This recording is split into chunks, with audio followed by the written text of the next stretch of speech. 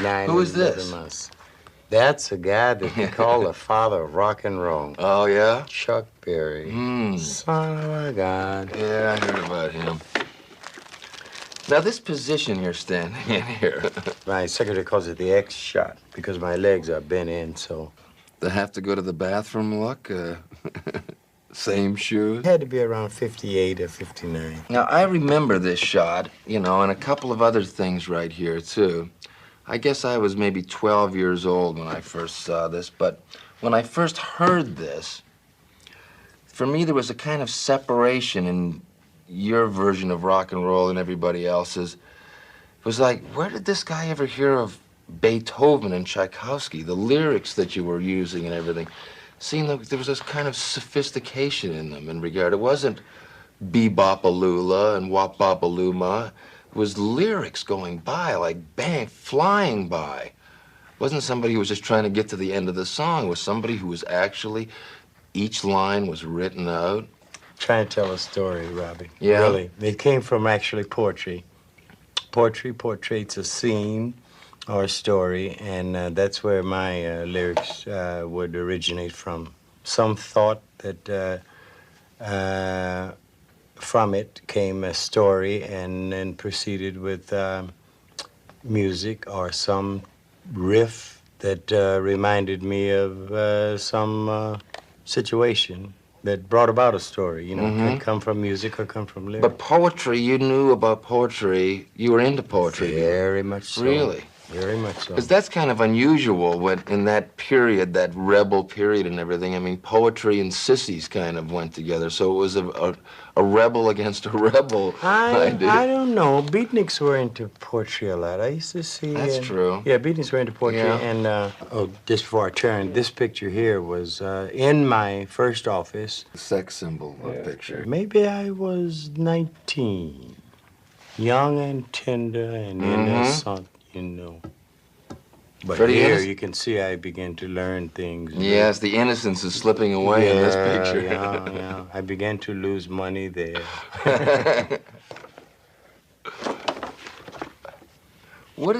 How come this is burnt like this? No, this, when Fran started the scrapbook in 57, we had a fire at the office in, I think, 70. And it burned our scrapbook, and these are survivals of it. You see. And what we have here, my first car that my sister To the registration? had to sign for, yeah. The first one was a Ford, the second one was a Plymouth 33 and 34. And what is that, a library card? Library card, yeah. And a check stub from National Tea Company, a check stubs. I'm in the money here. I'm making $90 a week here at Fisher Body Auto. What were you doing there?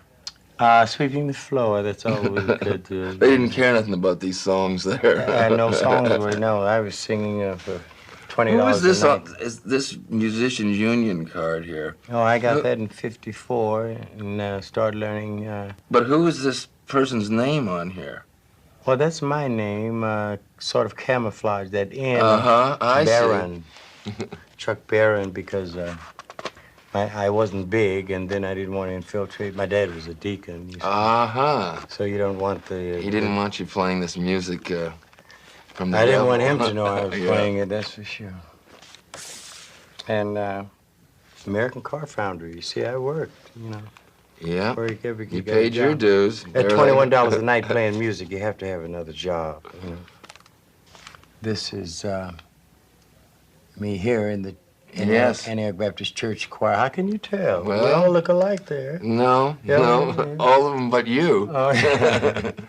Okay, and that's in the Antioch Baptist Church choir, and this is my 8th grade graduation. And I don't know where they all, but he's put me on the top row. In the back row, too. Oh, yeah.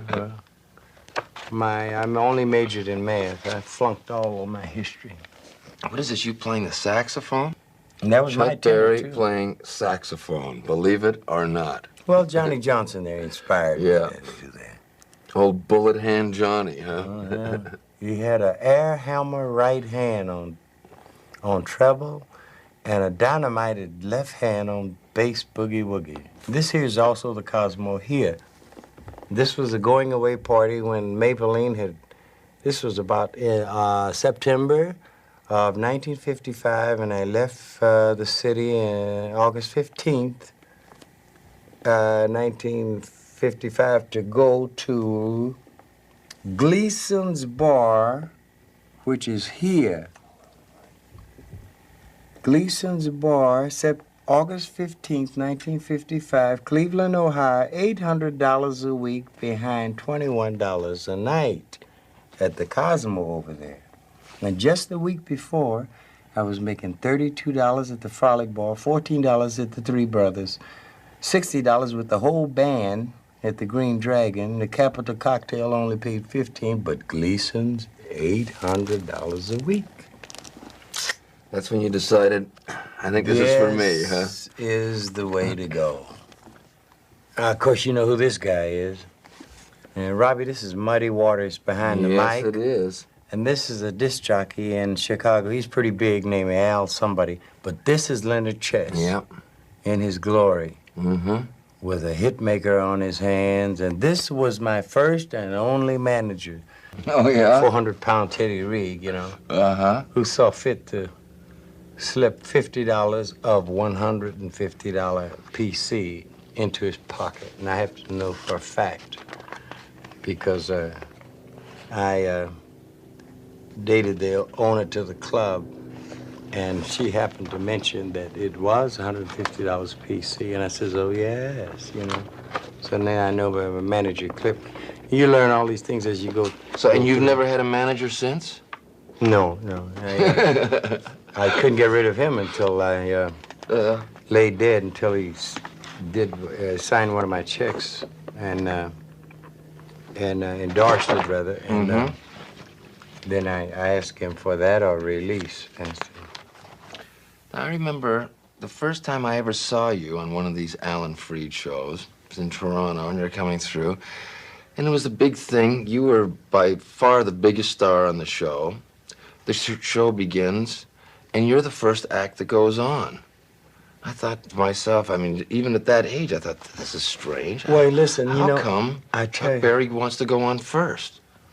Well, it's not once, it's where they put you. And so, all right, well then, I didn't know let's that cut the star ahead. was Let's on the cut air. ahead in time, and a year later, I see an Alan Freed show playing. The show opens, Chuck Berry plays first. I think, what is this? Why did you insist on opening the show? I mean, I could see in that stage, they said, okay, Chuck, we want you to go on first. Then you had like 2 or 3 more hits after that. I go and see the show. You're still playing first. What was the... Okay. There had to be a method to this madness. Okay, I was a good opening act. And it didn't matter to me, and then... Because everybody was arguing over, I'm going to close the show, I'm going to close the show. But Chuck Berry, because Chuck Berry didn't know that the star closes a show until maybe 2 years into his career, when he began to look at the money that the stars got and why they closed. Then he wanted to close, you know. And still, really, it doesn't matter today whether I close or open the show, because I'm going to try to rob everybody of the starship. Yeah, I try. Yeah. You know. I thought, there's got to be something to this. It's something I thought. It doesn't matter, I really. got to understand, you know, there must be some kind of special thing that he's onto that nobody else is getting or something in this. Here, if you go on first and you're not responsible for a riot if it happens, or you get and you're finished, and if the thing breaks up on the third act, you're still finished, and you're remember, it's a livelihood also. Did you stick around and watch the rest of the shows? Oh yeah, because you had to ride the bus to the next gig, and then not knowing that the better position and the better status of a artist to play last, you know, last impression last. I didn't know these things, you know. In fact, when I went to the Paramount, my first New York gig, I didn't know that you changed. You know, you do 5, 6 shows a day. I didn't know that you changed. And the one suit that we had was satin, and had the impressions of seersucker. You know, seersucker, you old enough to know what a seersucker. And it was wrinkled, and and I found out that they had irons and things to do your clothes up also, and people there to sew your clothes. All these new things. And really, until I got to the Paramount, I didn't know that you had a room to yourself, like a dressing room. Mm-hmm. Well, this is almost like home. All you have to have is a car and your guitar, and you can make it in the world. You're just constantly playing gigs. You have to have one every night, have somewhere to sleep. When, how come you did so much work with Alan Freed? I mean, you must have been in every one of those Alan Freed movies. Well, now. All of those shows. I mean, did you have a good relationship with the guy? I mean, did you have a good business relationship with him, or did you really think that he was? No, I tell you, had a good relationship with him. My record company. Oh yeah. And this was I when get it. Paola was born, and the record company gave, as I understand it, the record company gave the record to Alan Freed, and it was either jumping from Cleveland to New York, whatever station it was. And, of course, then, with a little compensation, you played a record. And I imagine that's what he got because he played it, and it was heard. Now, the record might have had a little punch to it also, and I imagine it did by living all these years. And that's where he is affiliated, He had that kind of Not power only in those that. days, huh? Oh, yeah, record, and anybody did who had national wow. And so Leonard Chess was tied in with him, among other ties. Who's this? That's my wife, Thametta. And this is 1956. Wow. At home. And they told me to pose at the piano, and this is the front of that house. Uh-huh. And this is the famous pink Cadillac that used to get tickets of itself. They say they wasn't giving me a ticket, but the car was weaving in and out of the room. This is St. Louis Lambert Airport, when it was a small airport. This is a picture of... The young lovers. Yeah, before, this is in courtship year. 6 months we courted. And this is Ingrid. She's done an album with me, my daughter. And this is Melody, my second daughter. And here they are in school. And display of Sepia magazine, courtesy Sepia. All right. Yeah, here's one of those movies. Yeah. And this is Rock, Rock, Rock, the first movie I did, and it was with Alan Freed. I don't know what the figure on it. It's something like $600. I didn't know it. A lot of money to me then. Yeah, roll over Beethoven. How far did you go in school? I mean, that's what made me think when I was a kid. I thought, God, this guy must have gone to school or something. He's talking about Tchaikovsky and using these kind of lyrics. Okay, I went to, through high school. And a bit of college, but not general education. It was on cosmetology. I went to college. Only for cosmetology, hairdressing, coiffure.